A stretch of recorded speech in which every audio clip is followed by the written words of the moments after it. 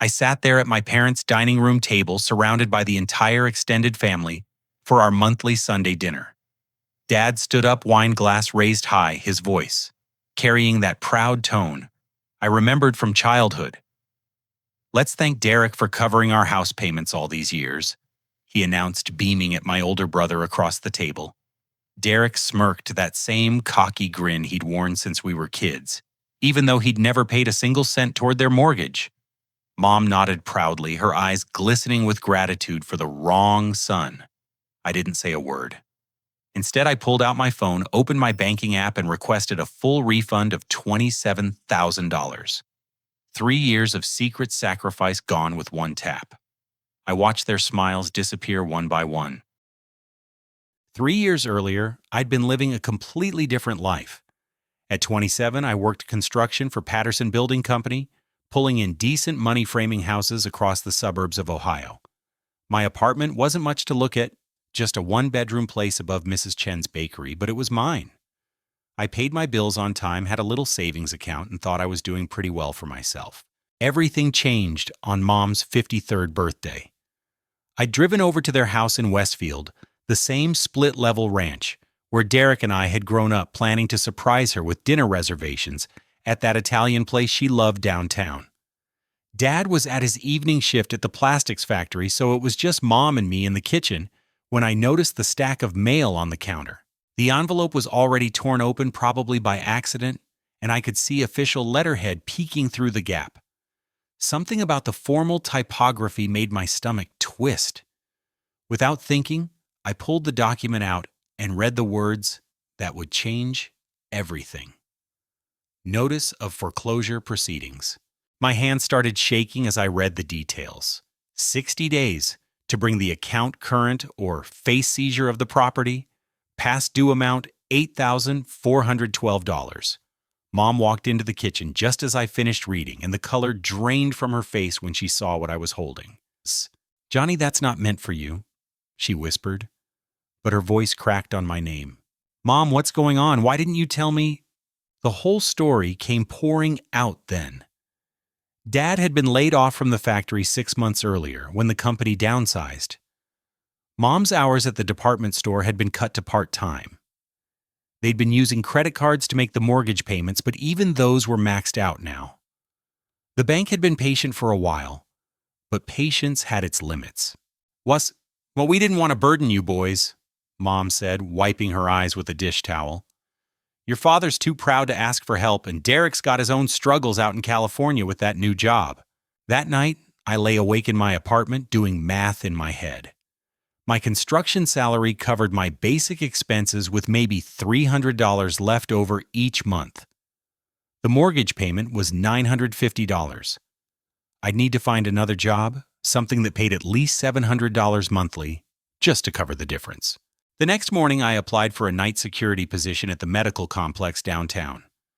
The pay was $15 an hour for 8-hour shifts 5 nights a week.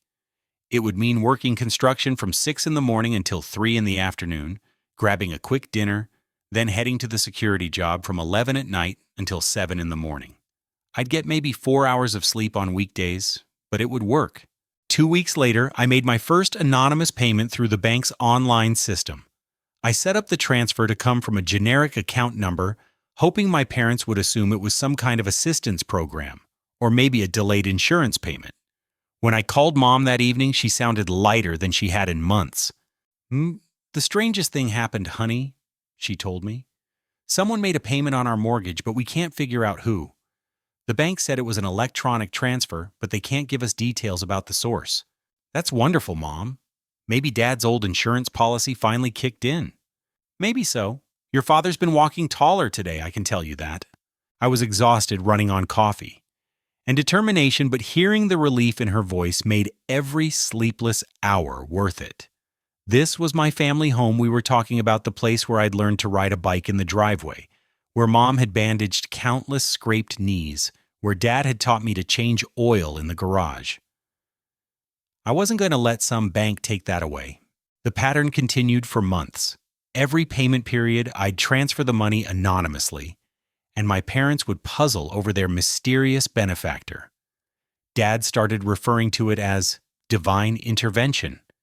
And Mom began attending church more regularly, convinced that prayer had somehow solved their crisis. Then Derek came to visit for Christmas. I was grabbing a few hours of sleep between my jobs when my phone rang.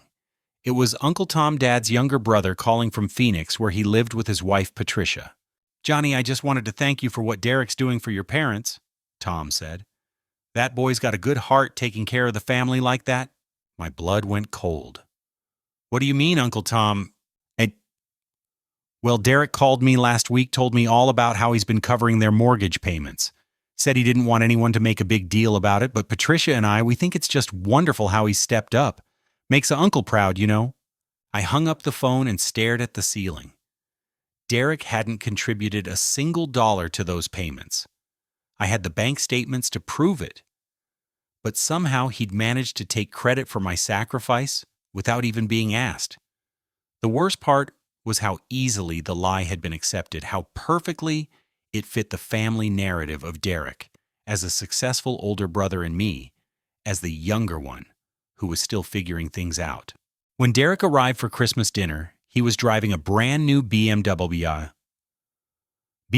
Pearl White with leather interior. He hugged Mom extra long and slipped Dad an envelope, which I later learned contained a $50 gift card to the hardware store. "Just a little something to help with house projects," Derek said loud enough for everyone to hear. That evening, as I was leaving to go to my security job, I overheard Derek on the phone with someone, probably a friend from California. "Yeah, man, I'm basically keeping my parents afloat financially," he was saying. "It's tough, but family comes first. You know, I've been covering their mortgage for months now. They'd lose the house without me." I stood in the doorway, invisible to him, listening to my brother claim credit for every sleepless night, every exhausting double shift, every dollar I'd scraped together to save our childhood home. The casual way he lied, as if the words meant nothing, made my stomach turn. But I didn't say anything. Not then. The family was happy my parents felt secure, and Derek's lie wasn't hurting anyone directly. I told myself I was taking the high road, being the bigger person. I didn't realize I was actually enabling a deception that would grow far beyond anything I could have imagined. By the following Thanksgiving, the exhaustion was killing me. 70-hour work weeks had become my new normal, and my body was starting to rebel. I'd lost nearly 20 pounds from a combination of stress and forgetting to eat regular meals. Dark circles under my eyes made me look older than my 28 years, and my construction foreman, Jake, had started making comments about my performance slipping. My relationship with Sarah, a nurse I'd been dating for almost 2 years, was falling apart. We used to spend weekends hiking the state park trails or catching movies at the drive-in theater, but now I was either working or sleeping through most of our planned activities. "You're like a ghost, Johnny," she told me one Tuesday evening when I'd fallen asleep during dinner at her apartment. "We never see each other anymore, and when we do, you're barely conscious." I wanted to explain everything, to tell her about the mortgage payments and why I couldn't slow down, but I'd kept the secret for so long that breaking it seemed impossible. How could I admit that I'd been living this double life for over a year, that every conversation with my family was built on a foundation of lies? Derek arrived at Thanksgiving dinner fashionably late, which had become his signature move. The new BMW had been replaced by an even newer model, this one midnight blue, with chrome details that probably cost more than I made in 6 months. He greeted everyone with hugs and handshakes, playing the role of successful big brother with practiced ease. During dinner preparation, while I was helping Mom mash potatoes, I overheard Derek talking on his phone in the living room. He was speaking quietly, but the house's thin walls carried sound better than he realized. "Yeah, Tom, it's been tough carrying the financial load for the family," Derek was saying. "Mom and Dad are proud people, so I have to be careful about how I help them. I've been covering their major expenses for over a year now, basically keeping them housed and fed." I nearly dropped the potato masher. Derek was talking to Uncle Tom, spinning the same web of lies he'd started at Christmas. But this conversation had details that made my blood boil. He wasn't just taking credit for the mortgage payments anymore. He was claiming to cover multiple expenses, painting himself as the family's financial savior. "No, don't mention it to Johnny," Derek continued. The kid's got his own problems, and I don't want him feeling bad about not being able to contribute. Construction work doesn't pay what it used to. You know, after dinner while Derek was outside showing his car to the younger cousins, Aunt Patricia pulled me aside in the kitchen. She'd driven up from Columbus with Uncle Tom for the holiday, and her expression was serious. "Johnny, honey, I hope you don't take this the wrong way." She began, her voice gentle but concerned. "Your brother asked Tom and me not to mention this, but we think you should know how much Derek's been doing for your parents. That boy's been carrying this family financially for quite a while now." My throat felt tight. "What do you mean, Aunt Patricia?" "The house payments, the utilities, even some of the grocery bills. Derek told us he's been covering most of their major expenses since your dad got laid off. He made us promise not to tell you because he didn't want you feeling guilty about not being able to help more." I excused myself and walked to the bathroom, staring at my reflection in the mirror. The face looking back at me was gaunt, exhausted, and furious. Derek hadn't just taken credit for my sacrifice. He'd actively worked to prevent anyone from giving me recognition for it. He'd systematically built a narrative where he was the hero and I was the struggling younger brother who couldn't afford to contribute. When I returned to the kitchen, I found Derek scrolling through his phone, posting photos from dinner to his social media accounts. I glanced over his shoulder and saw the caption he was typing: "Grateful to spend the holidays with family. Sometimes being the one everyone depends on feels overwhelming. But these moments make all the sacrifices worth it." The post already had dozens of likes and comments praising Derek for his generosity and family devotion. People from his California social circle were calling him inspiring, a role model, the kind of son every parent dreams of having. That night, after I'd left for my security shift, Sarah texted me, "We need to talk tomorrow. This isn't working anymore." I knew she was right. Between my exhaustion and the stress of maintaining this massive secret, I'd become a terrible partner. I was always distracted, always tired, always making excuses for why I couldn't commit to plans or be fully present in our relationship. From her perspective, I must have seemed like someone who'd lost interest in building a future together. The next day, Sarah came to my apartment during my brief window between jobs. She sat on my small couch, still wearing her hospital scrubs, and delivered the speech I'd been dreading for weeks. "I love you, Johnny, but I can't do this anymore. You work constantly. You never tell me what's going on in your life, and whenever I try to help or even just understand, you shut down completely. I feel like I'm dating someone who doesn't actually want to be in a relationship." I wanted to tell her everything right then. About the mortgage payments, about Derek's lies, about why I couldn't slow down or take breaks. But the words wouldn't come. How could I explain that I'd been living a double life for almost 2 years, that my entire family believed a lie I was too proud or too scared to correct? "I'm sorry," was all I managed to say. "You deserve better than this."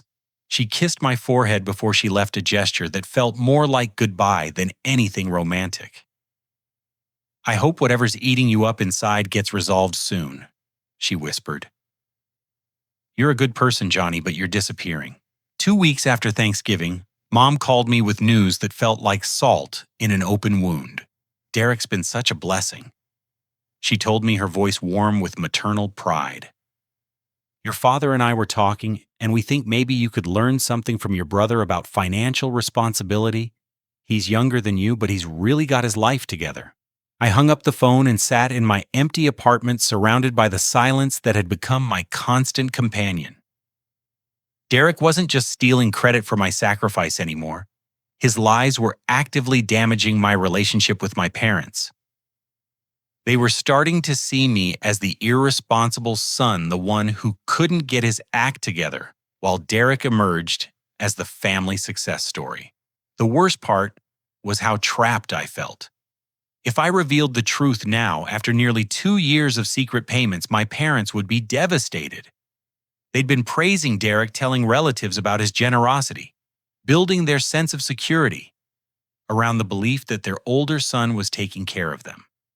Exposing Derek's deception would shatter that comfort, but continuing to enable it was slowly destroying me. I made the next mortgage payment that night just like always, but for the first time since I'd started this whole arrangement, I wondered how much longer I could sustain the charade. My health was suffering, my relationship was over, and my family thought less of me with each passing month. Derek's lies were growing more elaborate, his claims more grandiose, and I was running out of energy to keep pace with both my real sacrifices and his fictional ones. Something had to give. I just didn't know what yet.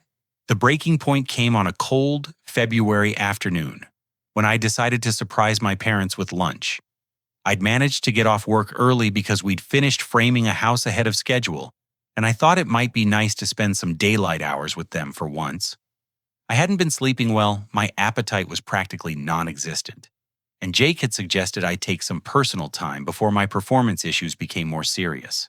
I let myself in through the back door the way I had since childhood and heard Dad's voice coming from the kitchen. He was on the phone, and something about his tone made me pause in the mudroom instead of announcing my arrival. "Of course, son. $5,000 should cover the car repair," Dad was saying. "Your mother and I talked about it, and after everything you've done for us, it's the least we can offer." My stomach dropped. Dad was talking to Derek, arranging to send him money. $5,000 that my parents didn't have money that should have been saved from the mortgage payments I'd been making for nearly 2 years. "We'll wire it to your account this afternoon," Dad continued. "Don't worry about paying it back quickly. You take care of us, we take care of you. That's how family works." When Dad hung up the phone, I waited a few seconds before walking into the kitchen pretending I'd just arrived. Mom was there too, writing out a check at the kitchen table.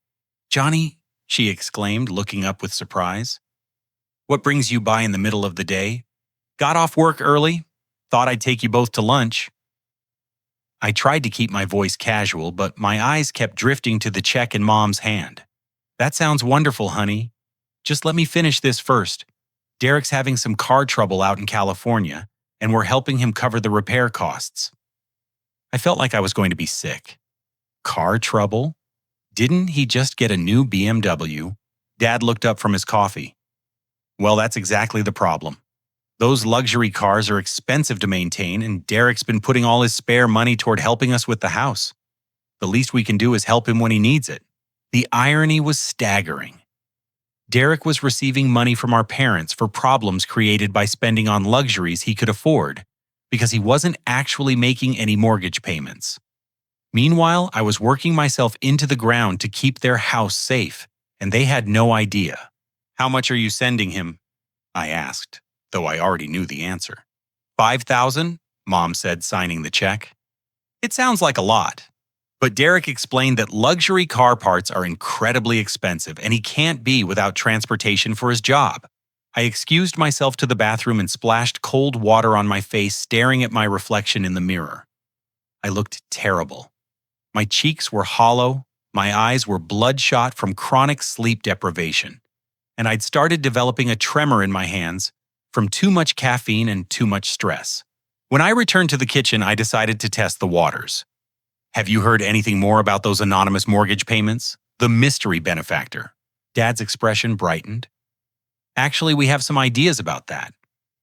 Derek mentioned he's been working with some investors who occasionally help out deserving families.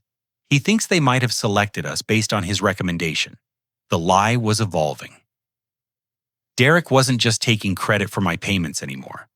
He was creating an elaborate backstory that explained their source while still positioning himself as the catalyst. It was brilliant and sickening at the same time. "Derek's got such good connections," Mom added. "His heart's always been in the right place even when you boys were little. Remember how he used to share his allowance when yours ran out? I didn't remember that at all." What I remembered was Derek charging me interest when I borrowed money from him, keeping detailed records of my debts in a notebook he'd labeled Johnnie's IOUs.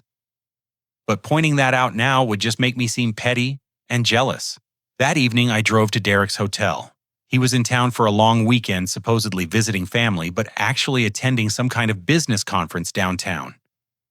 I found him in the hotel bar, schmoozing with several other men in expensive suits.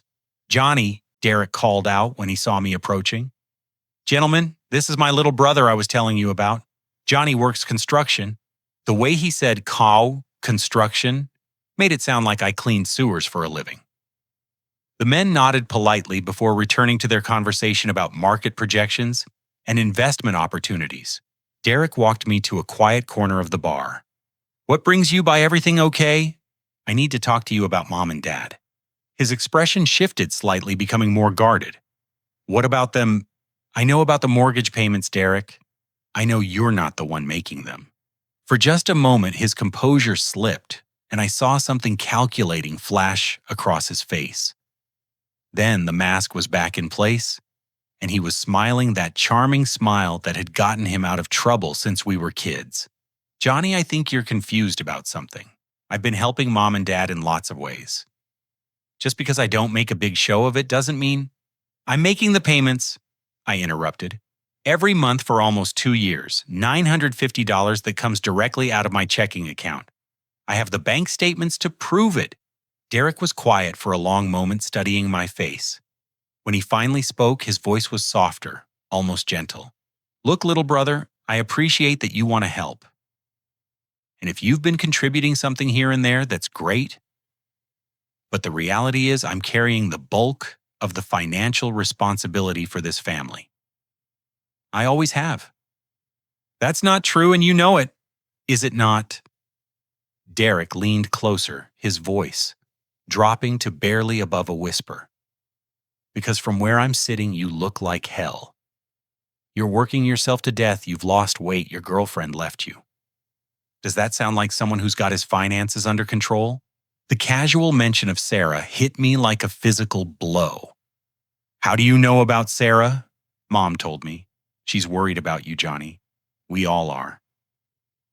This obsession with proving you're contributing to the family isn't healthy. Maybe you should focus on getting your own life together before you worry about anyone else's."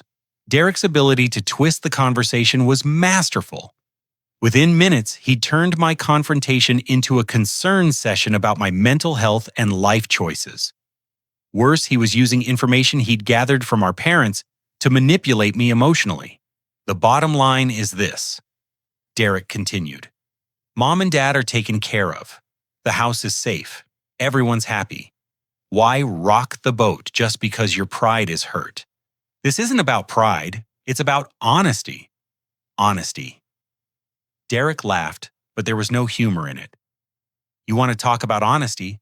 Let's talk about how you've been secretly making mortgage payments for 2 years without telling anyone. Let's talk about how you've been living this double life pretending everything's fine while you work yourself into the ground. How honest is that?" I didn't have an answer for that. Derek was right about one thing: I had been living a lie, just a different kind of lie than his. "Here's what I think," Derek said, finishing his drink. "I think you should take some time to get your own life together. Maybe see someone professional about these compulsive behaviors. And let the people who are actually capable of helping the family continue to do so." He walked back to his business associates, leaving me standing alone in the corner of the hotel bar. I felt like I'd been in a boxing match with someone who fought dirty. Every point I'd tried to make had been deflected, turned around, and used against me. The worst part was that some of what Derek had said was true. I was falling apart. I had been living a lie. And if I exposed Derek now, after nearly 2 years of secret payments, who would believe me? My parents were already concerned about my behavior and life choices. Derek had positioned himself as the stable, successful son, while I'd accidentally created the image of someone struggling with personal problems. That night, instead of going to my security job, I called in sick and sat in my apartment with my laptop open, staring at 2 years' worth of bank statements. The evidence was all there: electronic transfers, dates, amounts, everything. But Derek had planted a seed of doubt that was growing in my mind. What if exposing the truth hurt my parents more than protecting Derek's lie? What if they felt guilty for accepting help they hadn't known was coming from me? What if destroying Derek's reputation in the family caused more damage than his deception ever had? I closed the laptop without printing anything. The truth was more complicated than I'd wanted to admit, and I wasn't sure I was ready for the consequences of revealing it. But Derek's threats about my mental health and his casual dismissal of my sacrifice had shifted something inside me. This wasn't over. It was just getting started. 3 months later, the envelope slipped under my apartment door like a death sentence written in legal letterhead. Notice to quit or pay rent, in bold letters across the top, giving me 72 hours to bring my account current or face eviction proceedings. I'd been 3 months behind on rent, using every spare dollar to keep making those mortgage payments for my parents. The math had finally caught up with me in a way that couldn't be ignored or delayed. Between the mortgage payments and my other expenses, I was short $400 every month, and I'd been floating the difference with credit cards until those were maxed out too. My landlord, Mr. Peterson, was a decent guy who owned the building above his wife's bakery. He'd been patient for longer than most, would have been probably because I'd never been late with rent in the 3 years before my parents' crisis started. But patience had its limits, and $4,800 past due was well beyond those limits. I sat on my couch, staring at the notice, when my phone started buzzing with an unknown number. My hands were shaking as I answered, though I didn't realize the tremor had become a constant thing until that moment. Mr. Patterson, this is Jennifer from Card Member Services regarding your account that's currently past due. The credit card companies had started calling daily. 3 different cards, all maxed out, all in default. My credit score had probably fallen off a cliff, though I was too scared to check the exact number. I'd taken cash advances to make mortgage payments borrowed against cards, to pay other cards, and created a financial house of cards that was finally collapsing. I understand you're experiencing financial difficulties. Jennifer continued, her voice professionally sympathetic. We'd like to work with you on a payment plan. I hung up without responding. There was no payment plan that would work. I was already working 80 hours a week, and there were only 24 hours in a day. The mathematics of my situation were brutal and simple. I couldn't afford to keep my parents' house safe and keep myself housed at the same time. 2 days later at the construction site, everything came apart at once. We were working on a 3-story frame, and I was carrying a load of 2x4s up a ladder when the exhaustion finally overwhelmed me. One moment I was climbing, focused on not dropping the lumber, and the next moment I was waking up in an ambulance with a paramedic shining a flashlight in my eyes. Can you tell me your name? The paramedic asked. Johnnie Patterson. What happened? You collapsed at the job site. Fell about 8 feet, but the ladder broke your fall. Your foreman said you've been working a lot of overtime lately. At the hospital, Dr. Rodriguez was more direct than the paramedic had been. She was a small woman with kind eyes and the sort of no-nonsense manner that came from years of treating construction workers and other people whose jobs wore their bodies down. When's the last time you had a full meal? She asked, checking my chart. I tried to remember. Breakfast had been coffee and a gas station donut. Lunch was usually whatever I could grab from a vending machine. Dinner happened maybe every other day, depending on whether I had time between jobs. I eat, I said, though it sounded weak even to me. Your blood work suggests otherwise. You're malnourished, severely dehydrated, and your blood pressure is through the roof. How many hours are you working per week? 80, maybe 90. Dr. Rodriguez looked up from her chart. That's not sustainable. Your body is shutting down from chronic stress and exhaustion. If you don't make some changes, you're going to end up back here with something much more serious than a fall. They kept me overnight for observation, which meant missing both my construction shift and my security job. 2 days' worth of pay lost, plus medical bills I couldn't afford. The hospital's financial counselor, a soft-spoken woman named Marie, tried to help me apply for assistance programs, but most required documentation of income that would reveal how little I was actually keeping for myself. While I was lying in that hospital bed, connected to an IV drip, and feeling like a complete failure, my parents came to visit. Mom brought homemade cookies and that worried expression she'd worn throughout my childhood whenever I got sick. Dad carried flowers from their garden and guilt written across his face. The doctors say you've been working too much, Mom said, settling into the plastic chair beside my bed. Johnny, honey, why didn't you tell us you were struggling? The irony was almost funny. I was struggling because I was supporting them, but they had no idea. From their perspective, their younger son had simply burned himself out trying to make ends meet, while their older son was successfully managing his career and still finding ways to help the family. "We've been talking," Dad said, glancing at Mom before continuing. "Maybe you could learn something from Derek about work-life balance. He's got a good job, he's helping us out, but he's not killing himself in the process." I closed my eyes, feeling the weight of exhaustion and frustration pressing down on me like a physical force. Derek wasn't helping them out. I was. Derek wasn't managing work-life balance. He was lying to everyone, while I destroyed my health to maintain his deception. "Derek called this morning," Mom added. "He's very concerned about you. He thinks you might need some professional help, maybe someone to talk to about managing stress and financial responsibilities." The manipulation was perfect. Derek had positioned himself as the caring older brother worried about his struggling sibling, while simultaneously undermining my credibility with suggestions about my mental health. If I tried to tell the truth now, while lying in a hospital bed, after collapsing from exhaustion, it would sound exactly like the delusions of someone having a breakdown. After my parents left, Derek arrived.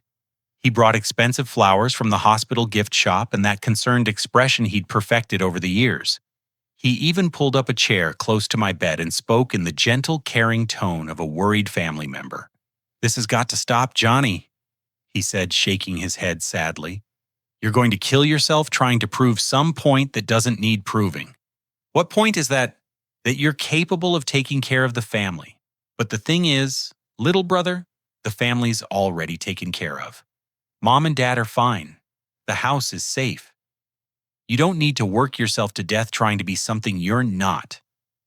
Derek's girlfriend, Ashley, appeared in the doorway. She was tall, blonde, professionally dressed, and looked uncomfortable in the sterile hospital environment. Derek introduced her as his partner from California, though I'd never heard him mention her before. "Ashley's been helping me with some business planning," Derek said. "We're looking at investment opportunities that could really secure Mom and Dad's future long term." Ashley smiled politely but seemed distracted, checking her phone frequently. At one point, she stepped into the hallway to take a call, and I could hear fragments of her conversation through the thin hospital walls. "The house should work as collateral," she was saying. "Once the deed transfer is complete, we can leverage the equity for the Portland project." My blood went cold. Derek was planning to use my parents' house as collateral for some business venture. Everything I'd sacrificed to keep that house safe, and he was treating it like a poker chip in whatever scheme he was running. When Ashley returned to the room, I studied her more carefully. Her designer handbag, expensive jewelry, and manicured nails suggested someone with serious money, not the kind of person who would need to use my parents' modest house as business collateral, unless something larger was at play. "I should let you rest," Derek said, standing up and adjusting his jacket. "But Johnnie, I want you to think about what I said. Sometimes the best way to help your family is to focus on getting your own life together first." After they left, I lay in that hospital bed, staring at the ceiling tiles and adding up everything I'd lost. My relationship with Sarah, my financial security, my health, my apartment, and now potentially my parents' trust in my stability. Derek had systematically positioned himself as the family hero, while I'd sacrificed everything to make his lies possible. The next morning, Dr. Rodriguez discharged me with strict instructions to reduce my working hours and improve my nutrition.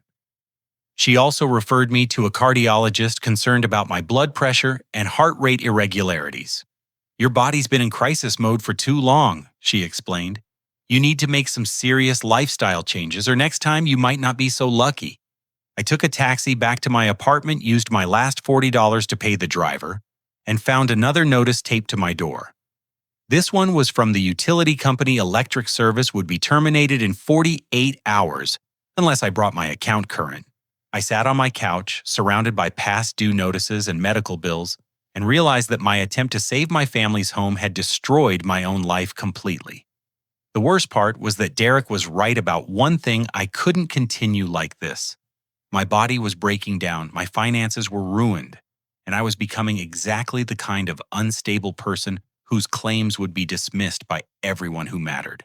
But Ashley's phone conversation kept echoing in my mind. Derek wasn't just stealing credit for my sacrifice. He was planning to put my parents' house at risk for his own business ventures.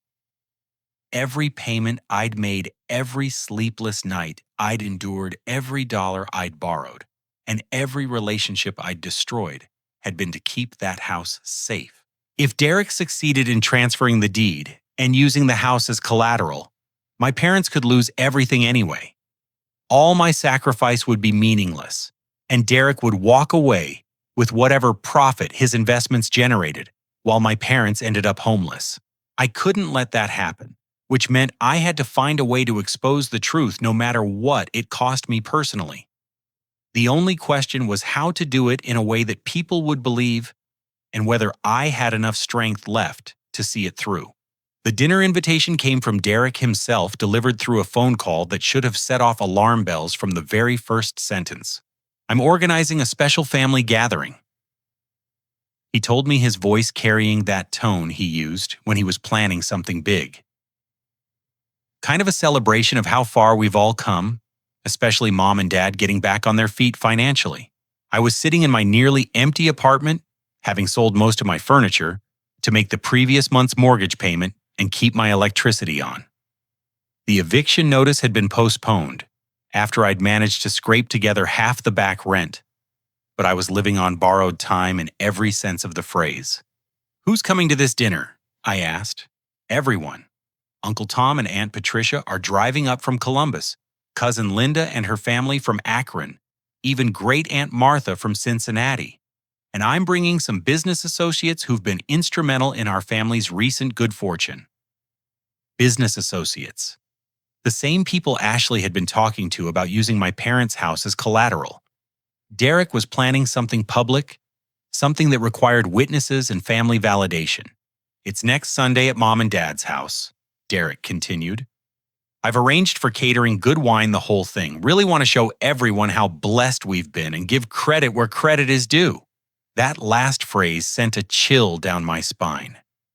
Derek had been building his narrative for almost 3 years now, weaving an increasingly elaborate story about his financial support for the family.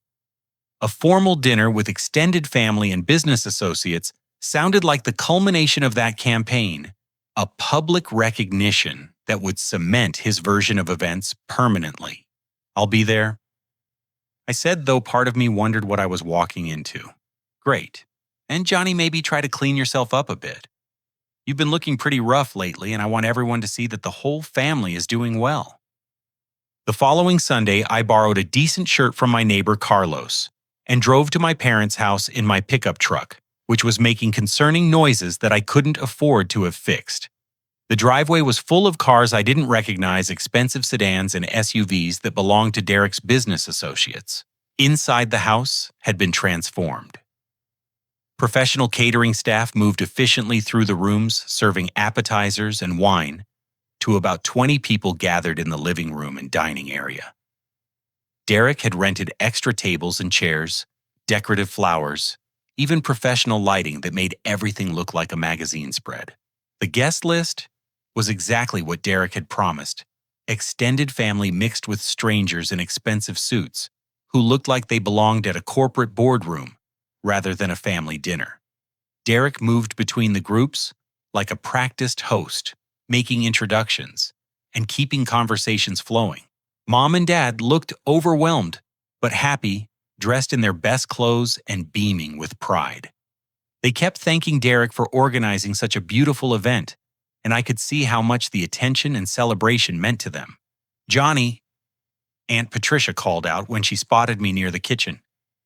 "Look at you, honey. Derek told us you've been going through a rough patch, but you look..." She paused, studying my face with concern. "Are you eating enough?" Before I could answer, Derek appeared beside us with 2 of his business associates in tow. One was a heavy-set man in his 50s with silver hair and gold jewelry, the other a younger woman with the kind of aggressive handshake that marked her as someone used to closing deals. "This is my younger brother, Johnny," Derek said, his tone carrying just a hint of condescension. "Johnny works in construction. Very blue-collar, very honest work." The way he said it made construction sound like community service for the unemployable. The business associates nodded politely and quickly shifted their attention back to Derek, clearly more interested in discussing whatever deals they were pursuing. As the evening progressed, I noticed Derek's associates paying particular attention to the house itself. They walked through the rooms with appraising eyes, commenting on the layout, the lot size, the neighborhood character. One of them even stepped onto the back porch to check out the yard dimensions. When everyone gathered around the dining room table for the main course, Derek stood up with a wine glass, tapping it gently with a knife to get everyone's attention. The room fell quiet, and I could see my parents' faces glowing with anticipation. I wanted to bring everyone together tonight to celebrate how far our family has come over the past few years. Derek began his voice, carrying the practiced confidence of someone who gave presentations for a living. When Mom and Dad hit some financial difficulties, it would have been easy for everyone to panic or point fingers. The extended family nodded along, remembering the period when foreclosure had threatened the house. Mom reached over and squeezed Dad's hand, and I could see tears starting to form in her eyes. But instead, Derek continued, "We pulled together as a family. We made sacrifices, we found solutions, and we proved that blood is thicker than water. Mom and Dad's house is safe, their future is secure, and everyone in this room played a part in making that happen." More nods, more murmurs of agreement. Derek was building towards something, and I could feel the energy in the room focusing on wherever he was headed. So tonight, I want to raise a toast. Derek lifted his wine glass high, and everyone else followed suit. "Let's thank Derek for covering the house payments all this time." The words hit me like a physical blow. Derek had just referred to himself in third person, as if someone else was recognizing his contribution, but he was literally giving himself credit in front of the entire extended family and his business associates. Around the table, family members raised their glasses with warm smiles and murmurs of appreciation. "Hear, hear," Uncle Tom called out. "That boy's got a heart of gold." Derek smirked, that same expression he'd worn when he was 12 years old and had convinced our parents that I was the one who'd broken the garage window. Except this time the stakes were infinitely higher. Mom nodded, proudly, tears streaming down her cheeks. "We're so blessed to have a son who puts family first," she said, her voice thick with emotion. I didn't say a word. Instead, I pulled out my phone, opened my banking app, and navigated to the automatic payment section. 3 years of mortgage payments, $27,850 in total, all documented with dates and confirmation numbers. With everyone watching Derek accept their gratitude, I canceled the automatic payment and requested a full refund. The app processed the request immediately, sending confirmation to both my phone and the bank's automated systems. Then I held up my phone so the screen was visible to everyone at the table. "Refund request processed, $27,850 appeared in large letters across the display. The room went quiet. Forks paused halfway to mouths. Wine glasses remained suspended in midair. Derek's smirk faltered as he tried to process what he was seeing. "What is that, Johnny?" Dad asked, confusion replacing the joy that had been on his face moments before. I turned the phone toward him so he could read the screen clearly. "It's 3 years of mortgage payments, the ones I've been making, the ones Derek just took credit for." Mom's wine glass slipped from her hand, shattering against her dinner plate. Uncle Tom leaned forward, squinting at my phone screen. Aunt Patricia's mouth fell open. Derek recovered quickly, that practiced smile sliding back into place. "Johnny, I think there's been some kind of mistake. You're obviously confused about—" "No mistakes, ma'am, eh?" I interrupted, opening my banking app's transaction history. "Would you like to see 3 years of electronic transfers, $950 every month directly from my checking account to yours and Dad's mortgage company?" I held the phone higher so everyone could see the endless scroll of payments, each one dated and documented. The business associates exchanged glances, and I could see them rapidly reassessing whatever deals they'd been planning. Derek's face had gone pale, but he was still trying to control the narrative. Look, even if Johnny's been contributing something here and there, I've been covering the majority of the family's expenses. This is just a misunderstanding about who's been doing what. Really? I asked, standing up from my chair. Because according to my records, you've never made a single mortgage payment, not one. But you've borrowed $5,000 from Mom and Dad for car repairs, and another $3,000 last month for business investments. The room exploded into overlapping conversations. Extended family members were demanding explanations. Derek's business associates were whispering urgently among themselves, and my parents sat in stunned silence, looking back and forth between their two sons like they were watching a tennis match. Derek's girlfriend Ashley, who had been quiet throughout dinner, suddenly spoke up from the far end of the table. "Derek, maybe we should tell them about the Portland project now," she said, her voice cutting through the chaos. About using the house as collateral, every head in the room turned toward her. Derek's face went from pale to ashen. "What Portland project?" Dad asked, his voice barely above a whisper. Ashley looked around the table, seeming to realize she'd said something she shouldn't have. "I thought they knew." Derek said the family had agreed to leverage the house equity for the commercial development deal. Uncle Tom stood up so fast, his chair fell backward. "You were planning to put Bill and Susan's house at risk after everything they've been through." The dinner had turned into a courtroom with Derek as the defendant and 20 witnesses who were rapidly turning from admirers into accusers. His carefully constructed narrative was collapsing in real time, and there was nowhere for him to run. I looked around the table at the faces of people I'd grown up with, people who had praised Derek's generosity for years, while I worked myself into the ground to make his lies possible. The truth was finally out, but the damage it was revealing was far worse than I'd imagined. Derek hadn't just stolen credit for my sacrifice. He'd been planning to destroy the very thing I'd sacrificed everything to protect. And if Ashley hadn't accidentally revealed their scheme, my parents might have lost their house anyway, despite everything I'd done to prevent it. The smiles had disappeared one by one, just like I'd imagined they would. But the reality of watching it happen was more devastating than I'd expected. Because it wasn't just Derek's lies being exposed.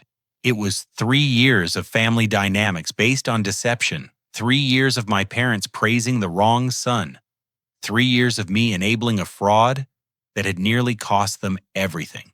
The chaos that followed Ashley's revelation about the Portland project turned Derek from confident host into cornered animal within minutes. Extended family members were demanding explanations, his business associates were hastily gathering their belongings, and my parents sat frozen in their chairs, unable to process the magnitude of what they were learning. Derek tried to regain control by attacking my credibility. "This is exactly what I was worried about," he announced to the room, his voice carrying a note of practiced concern. "Johnny's been under tremendous stress lately. He collapsed at work, he's been having financial problems, and now he's creating these elaborate fantasies about supporting the family." But Uncle Tom was already examining my phone, scrolling through 3 years of documented payments. Aunt Patricia had her own phone out, apparently fact-checking Derek's claims with her own records of their conversations. "Derek," Uncle Tom said, his voice carrying the authority of someone who'd spent 30 years as a high school principal. "These bank records look pretty official. Can you show us similar documentation of your contributions?" Derek's smile faltered.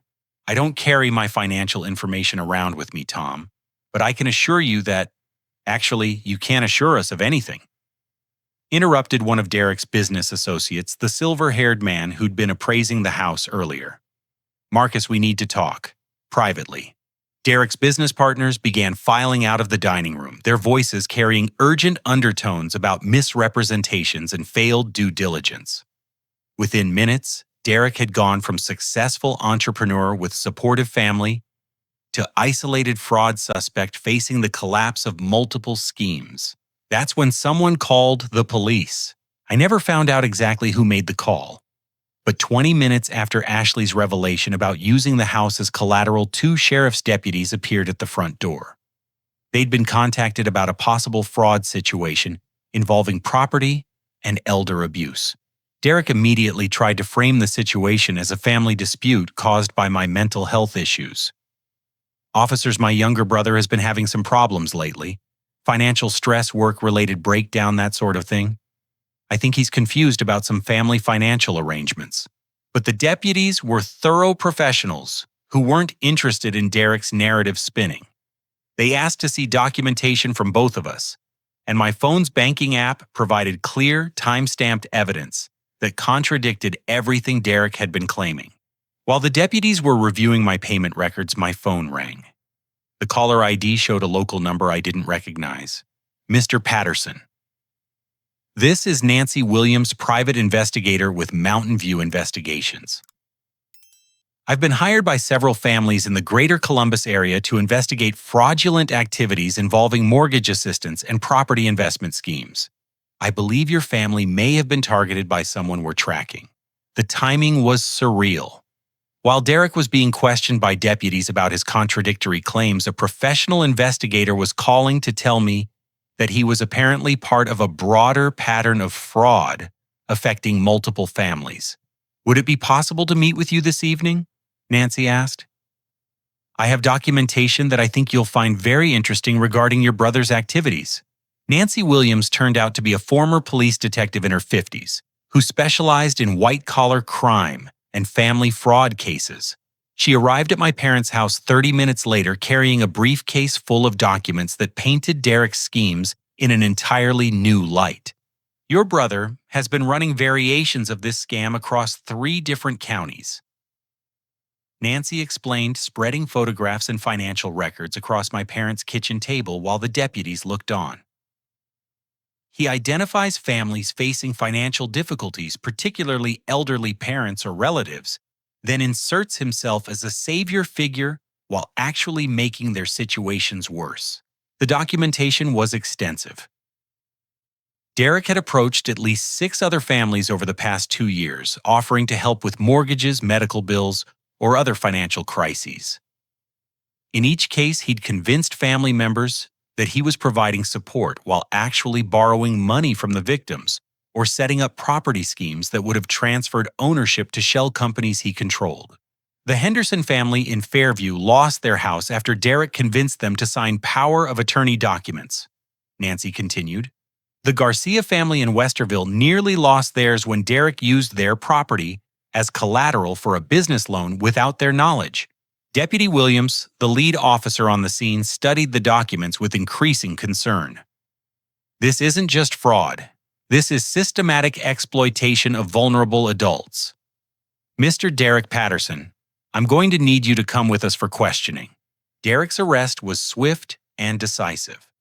The combination of my documented evidence, Nancy's investigation records, and testimony from his own business associates created an overwhelming case. But the most damaging evidence came from Derek himself, in the form of text messages and emails that Nancy's investigation had uncovered. He's been planning this for months, Nancy explained, showing us printed copies of Derek's communications with his co-conspirators. The plan was to get your parents to sign over power of attorney, then use the house as collateral for increasingly risky investments. If the investments failed, your parents would lose the house, but Derek and his associates would walk away with whatever money they'd extracted from the property. The scope of Derek's deception was staggering. He hadn't just been stealing credit for my mortgage payments. He'd been systematically working to gain control of my parents' most valuable asset. Every family dinner, every conversation about his generosity, every moment of praise he'd received had been part of a long-term plan to defraud them. But Nancy's investigation revealed something even more disturbing. Derek had been stealing my parents' mail for over a year, intercepting bank statements and mortgage communications to prevent them from discovering discrepancies in their accounts. Paul, we found bags of opened mail in Derek's hotel room. Einziger, Deputy Williams explained. Bank statements, insurance documents, even Social Security correspondence. He's been monitoring and controlling their financial information to maintain his deception. The mail theft charges added federal implications to Derek's case. What had started as a family dispute over credit for mortgage payments had become a multi-state investigation involving fraud, elder abuse, identity theft, and mail tampering. As Derek was led away in handcuffs, still protesting his innocence and claiming that I was mentally unstable, Ashley provided the final piece of evidence that sealed his fate. She handed Deputy Williams a recording device from her purse. "I've been recording our conversations for weeks," she told the officers. Derek bragged about manipulating his family, called his parents easy marks, and laughed about his brother working multiple jobs while Derek got all the credit. "I originally thought it might be useful for our business arrangements, but after tonight, I think you need to hear what he really thinks about the people he claims to be helping." The recording was devastating. Derek's voice casual and confident, describing his family members as resources to be exploited rather than loved ones to be protected. He talked about my pathetic work ethic and how easy it had been to convince everyone that I was unstable while he was successful. He even joked about my hospitalization, calling it perfect timing for reinforcing his narrative about my supposed mental health issues. As the police cars pulled away from my parents' house, taking Derek to jail and ending 3 years of elaborate deception, the extended family began to disperse. Some relatives apologized for believing Derek's lies. Others seemed angry at themselves for not questioning his stories more carefully. Uncle Tom pulled me aside before he and Aunt Patricia left for their drive back to Columbus. "I'm sorry, Johnnie," he said, his voice heavy with guilt. "Derek was always such a smooth talker even when you boys were little. But that's no excuse for not seeing what was right in front of us. You had no reason not to believe him." I replied, though part of me was still angry about 3 years of being dismissed and overlooked. "Yes, we did." Aunt Patricia added, tears in her eyes. "We should have noticed how exhausted you looked, how much weight you'd lost. We should have asked more questions about Derek's stories instead of just accepting them, because they made us feel good about the family." But the most difficult conversation was yet to come. As the last of the relatives left and the catering staff finished cleaning up, I found myself alone with my parents in their kitchen, surrounded by the debris of Derek's shattered deceptions, and facing the reality of what the next steps would look like. The house was safe from Derek's schemes, but the mortgage payments I'd been making were now in dispute. The legal implications of Derek's arrest would take months to resolve. And most importantly, my parents had to come to terms with the fact that one son had sacrificed everything to protect them, while the other had been planning to destroy them. The truth was finally out, but the damage it revealed was only beginning to be understood. 6 months after Derek's arrest, I stood in the same kitchen where this whole nightmare had unraveled. But everything felt different. The morning light streaming through the windows seemed brighter, the coffee smelled richer. And for the first time in 3 years, I wasn't calculating mortgage payments or work schedules in my head. Derek had been sentenced to 2 years in federal prison for mail fraud, elder abuse, and conspiracy charges. The judge had been particularly harsh in her sentencing remarks, noting that Derek's crimes targeted the people who should have been able to trust him most. His business associates received similar sentences, and the entire property Katru investment scheme had been dismantled. The legal resolution had taken months of court proceedings, testimony from multiple victims, and extensive financial auditing. But the most important outcome wasn't Derek's punishment. It was the recovery process that had allowed my family to heal from 3 years of systematic deception. My parents had entered family counseling almost immediately after Derek's arrest, working with a therapist who specialized in fraud recovery and family trauma. The sessions had been difficult, forcing them to examine how they'd enabled Derek's manipulation while overlooking clear signs of my declining health and financial stress. "We failed you," Dad had said during one of our first honest conversations after the truth came out. "We praised Derek for sacrifices you were making, borrowed money from you without knowing it, and worried about your stability while you were killing yourself to protect us." Mom's guilt had been even deeper. I kept telling people what a wonderful son Derek was, how responsible and caring. Meanwhile, you were working 80-hour weeks and eating one meal a day, and I didn't even notice. But the healing process had revealed something important. My parents' love for me had never been in question, just their understanding of the situation. Once they knew the truth, their response had been immediate and wholehearted. They'd apologized publicly to extended family members, set the record straight with neighbors and church friends, and made sure everyone understood what I'd sacrificed and what Derek had stolen. The community response had been overwhelming. When my story became public through Derek's trial coverage in the local newspaper, people I barely knew started reaching out to offer support. My construction crew had organized a fundraiser to help cover my medical bills and get my finances back on track. The security company where I'd worked nights gave me a bonus for exceptional dedication under difficult circumstances. Most importantly, Sarah had reached out after reading about the trial in the paper. "I feel terrible," she told me during our first conversation in over a year. "I thought you were pulling away from me, maybe losing interest in our relationship. I had no idea you were sacrificing everything for your family." We'd started dating again, slowly rebuilding trust and communication that had been damaged by 3 years of secrets and stress. Sarah understood now why I'd been so exhausted, why I'd been unable to commit to plans or be fully present in our relationship. Her support during my recovery had been invaluable, both emotionally and practically. The financial recovery had been complex, but ultimately successful. Derek's assets, including the expensive cars and business investments, had been seized and liquidated to provide restitution for his victims. My parents had received enough compensation to cover the mortgage payments I'd made, plus damages for the emotional distress of Derek's deception. More importantly, the legal proceedings had cleared up the mortgage situation permanently. With Derek's fraud exposed and documented, the bank had worked with my parents to restructure their loan with favorable terms and lower monthly payments. Dad had found a new job at a medical supply company, and Mom had been promoted to full-time hours at her retail position. The house was truly secure now, not because of secret payments and hidden sacrifices, but because of honest work and legitimate financial planning. My own financial recovery had taken longer, but steady progress was being made. With Derek's restitution payments and help from family members who felt guilty about believing his lies, I'd been able to pay off my credit card debt and repair my damaged credit score. I'd moved into a better apartment, bought reliable transportation, and even started a small savings account for the first time in years.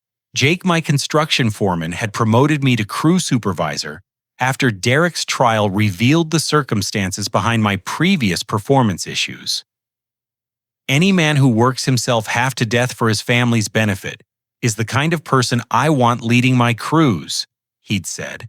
The promotion came with a significant pay increase and better benefits, including health insurance, that covered my ongoing medical treatment. Dr. Rodriguez was pleased with my recovery progress, noting that my blood pressure had normalized and my weight had returned to healthy levels. But the most meaningful changes were in the family relationships themselves. Without Derek's manipulation and deception creating artificial dynamics, my parents and I had developed an honest adult relationship based on mutual respect and open communication. We'd established new traditions to replace the painful memories of Derek's fake generosity. Monthly family dinners, where everyone contributed something, whether money, cooking, or labor. Honest conversations about finances and family decisions with no secrets or hidden agendas. And most importantly, a commitment to supporting each other through authentic means, rather than deceptive schemes. The extended family had rallied around these changes as well. Uncle Tom and Aunt Patricia had become advocates for fraud awareness, speaking at community centers about the warning signs they'd missed in Derek's behavior. Cousin Linda had started a support group for families affected by similar scams. Even Great Aunt Martha had made a point of publicly praising my sacrifices at last month's family reunion. 1 year after Derek's arrest, we held a special ceremony at my parents' house. Not a dinner party with hidden agendas or business associates with questionable motives, but a simple celebration of family truth and recovery. We gathered around the fireplace, just the immediate family plus Sarah, and burned Derek's fake power of attorney documents, along with printed copies of his fraudulent business plans. This feels like a real new beginning, Mom said, watching the papers turn to ash. No more secrets, no more lies, no more wondering who's really helping and who's really hurting. Dad raised his coffee mug in a toast. To Johnnie, who saved our house and taught us what real family support looks like. But the most important moment came when Sarah announced that she'd been accepted to nursing school in the neighboring county, and we'd decided to move in together once she graduated. The future that had seemed impossible during my years of secret sacrifice was finally taking shape. I used to think being the family hero meant suffering in silence and never asking for credit. I told them all. But I learned that real love isn't about being invisible or martyring yourself. Sometimes the greatest gift you can give your family is the truth, even when it hurts. And sometimes the people who love you most need to see the whole picture to truly love you back. The transformation hadn't been easy or quick.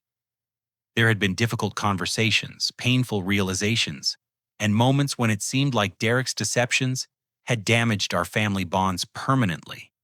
But ultimately, exposure of the truth had made us stronger, more honest, and more genuinely supportive of each other than we'd ever been when Derek's lies were creating artificial harmony.